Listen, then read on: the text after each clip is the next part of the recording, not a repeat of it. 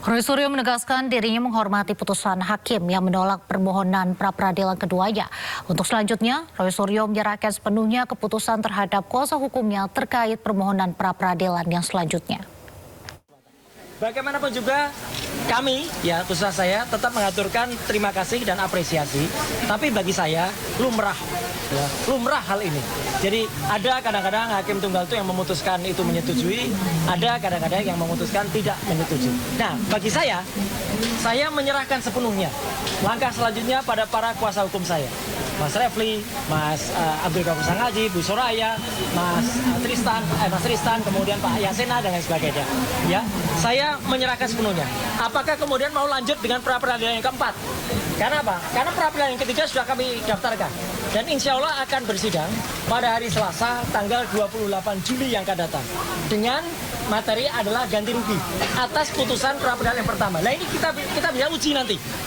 Apakah putusan ganti rugi itu akan kemudian diterima atau ditolak?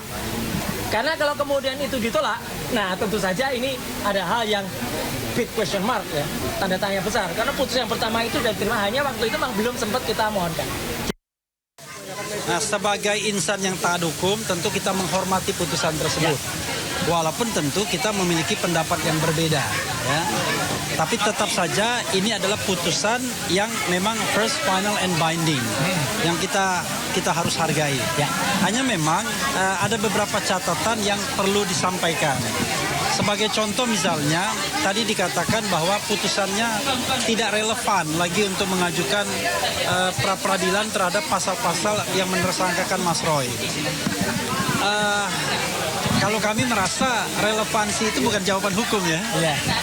Karena relevan itu lebih pada timingnya kalau tadi. Tadi kan dikatakan kenapa waktu ditetapkan sebagai tersangka pada tanggal 7 November 2025 tidak segera mengajukan pra-peradilan. Jadi ini kawan-kawan semua memang selalu ada dilema kalau kita mau mengajukan pra-peradilan. Dilemanya adalah ya kita mengetahui bahwa success story dari pra-peradilan itu memang kecil sekali. Ya. Dan bahkan dalam beberapa hal ada politisasi dan lain sebagainya, dugaannya seperti itu.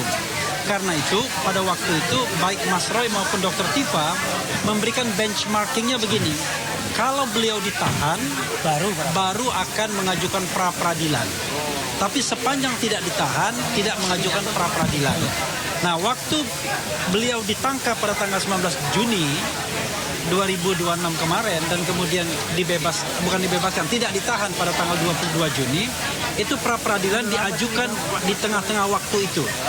Ya, di tengah-tengah waktu itu. Hanya memang bedanya adalah Dr. Tifa mencabutnya, Mas Roy meneruskannya karena ada yang namanya public accountability, tanggung jawab publiknya, yaitu untuk menguji bahwa kewenangan itu tidak boleh dilaksanakan secara sewenang-wenang. Maka kemudian terhadap penggeledahan, penangkapan dan penahanan itu diajukan pra-peradilan dan alhamdulillah kemudian dikabulkan. Kami melihat bahwa apa yang dibacakan oleh hakim tadi justru tidak menyentuh pada pokok permohonan kami, yaitu menguji sah tidaknya penetapan tersangka dengan menggunakan dua alat bukti permulaan yang cukup. Hakim hanya menyandarkan pada satu pemikiran, ya itu adalah satu pemikiran hukum ya dari seorang hakim, itu bukan asumsi, tapi itu pemikiran hukum yang tentu debatable ya, dan itu menjadi satu ruang diskusi hukum juga nanti ke depan dalam kerangka kita memperkaya sistem hukum kita.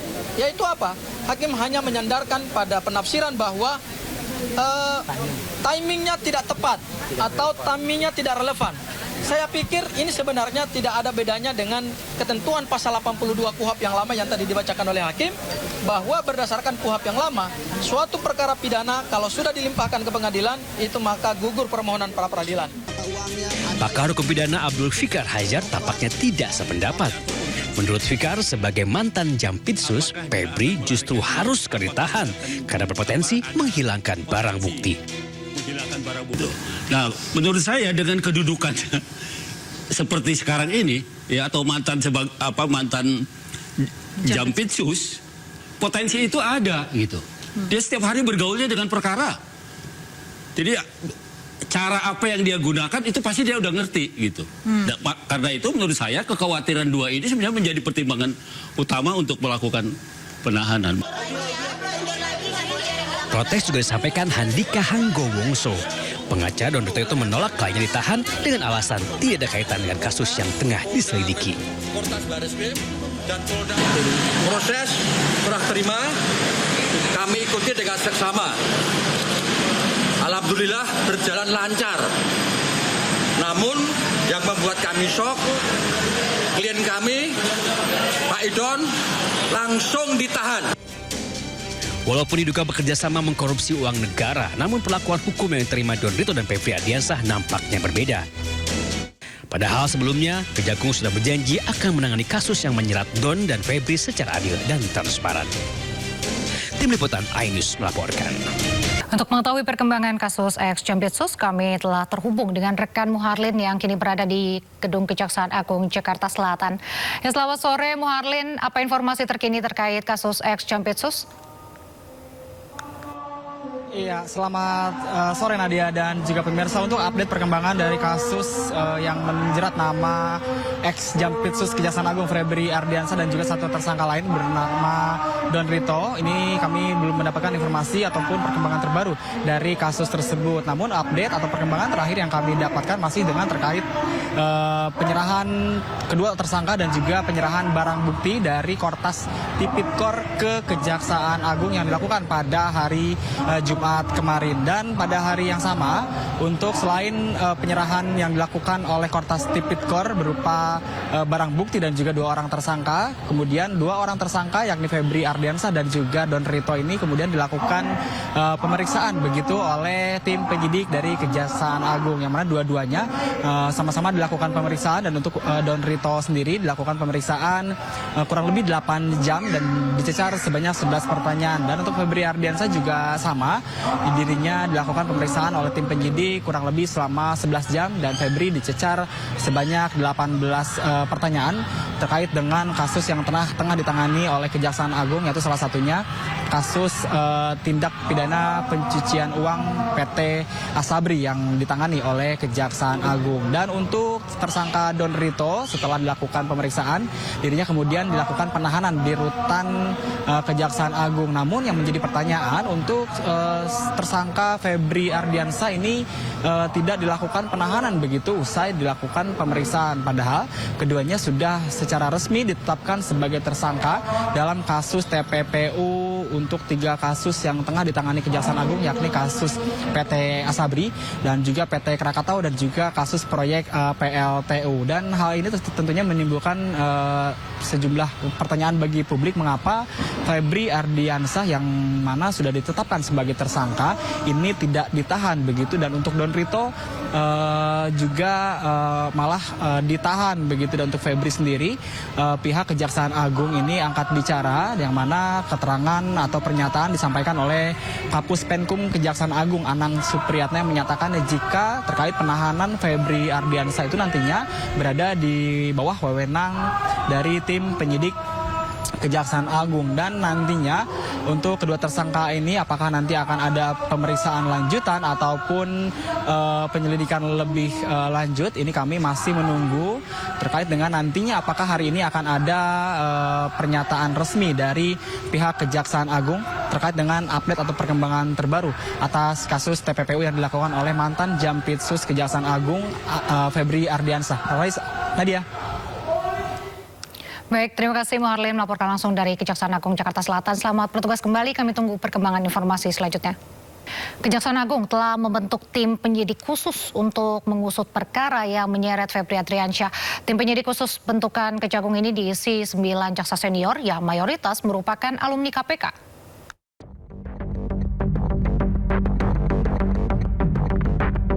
Kejaksaan Agung telah membentuk tim penyidik khusus yang diisi 9 jaksa senior yang mayoritas merupakan alumni KPK untuk mengusut perkara yang menyeret ex-Jampitsus Febri Ardiansyah. Pembentukan tim 9 ini ada dalam sprindik baru yang sifatnya khusus yang telah dikeluarkan Kejaksaan Agung. Deretan jaksa yang tergabung dalam tim 9 sengaja dipilih berdasarkan pengalaman dalam menangani kasus korupsi. Dalam sprindik baru, kami terbitkan makanya sprindik yang sifatnya khusus, kita bentuk tim khusus. Ini terdiri dari 9 orang. Yang jelas sebagian besar penyidik-penyidik ini yang berasal mantan alumni KPK. Jaksa-jaksa yang pernah bertugas di KPK. KPK menyambut baik pembentukan tim khusus untuk menangani perkara dugaan korupsi dan tindak pidana pencucian uang atau TPPU yang menjerat ex-Jampitsus Febri Adriansyah.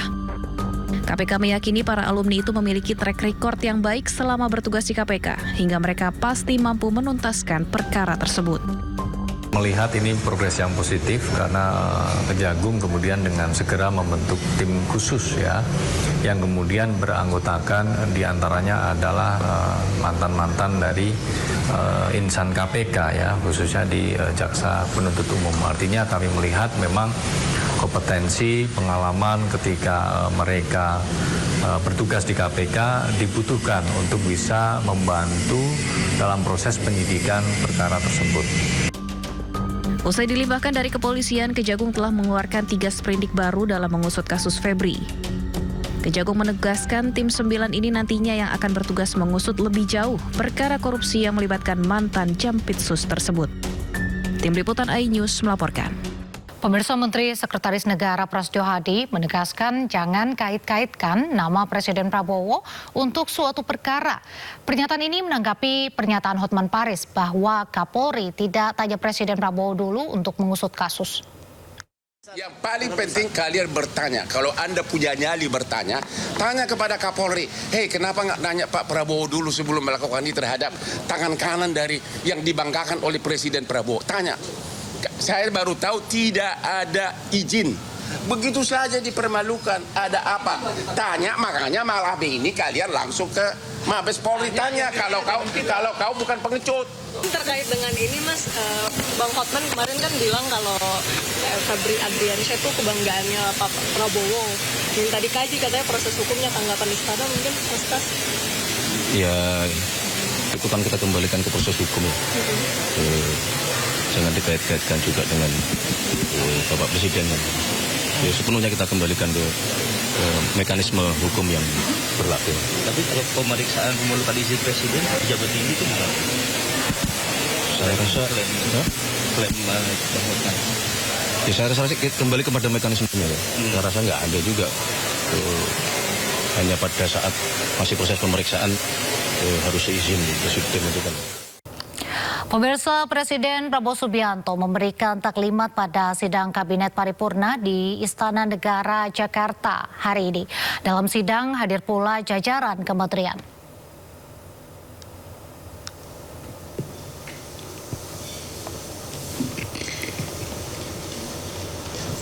Inilah pemirsa taklimat Presiden Prabowo dalam sidang Kabinet Paripurna di Istana Negara Jakarta Pusat hari ini. Dalam kesempatan ini, Presiden menyinggung soal program penting pemerintah, yakni makan bergizi gratis. Menurut Presiden, yang paling dasar dari sebuah peradaban adalah makan. Selamat sore, salam sejahtera. Kalau kita tidak bisa memberi yang paling dasar dari sebuah peradaban, yang paling dasar adalah makan, pangan. Kalau ada orang-orang pintar mengatakan bahwa ada yang lebih penting dari perut yang lapar, ya saya persilahkan, saudara-saudara.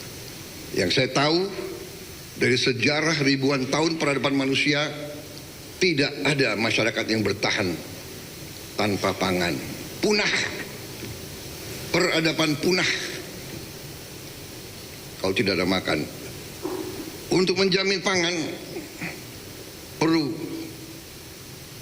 air, perlu lingkungan yang dilestarikan, perlu lahan yang subur, perlu kebijakan yang benar. Kita bertanya sekarang, apakah harga pangan terkendali? Apakah pupuk tersedia untuk rakyat, untuk petani, dalam harga yang terjangkau? Kita bertanya, apakah anak-anak sekolah memperoleh makanan bergizi di sekolah? Saudara-saudara, saya diserang karena ingin memberi makan bergizi untuk anak-anak Indonesia. Memberi makan untuk anak-anak Indonesia, untuk ibu-ibu hamil, untuk orang-orang lansia, dianggap pemborosan.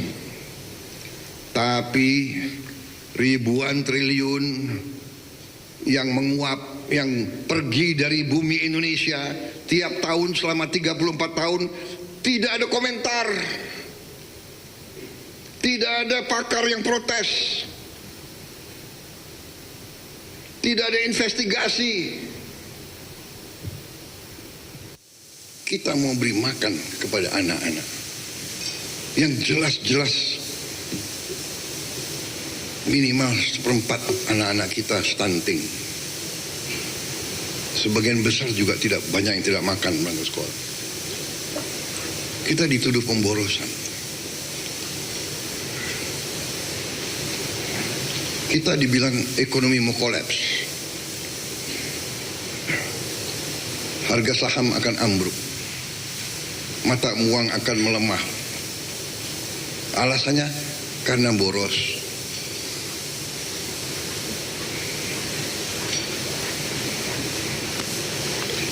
Saudara-saudara,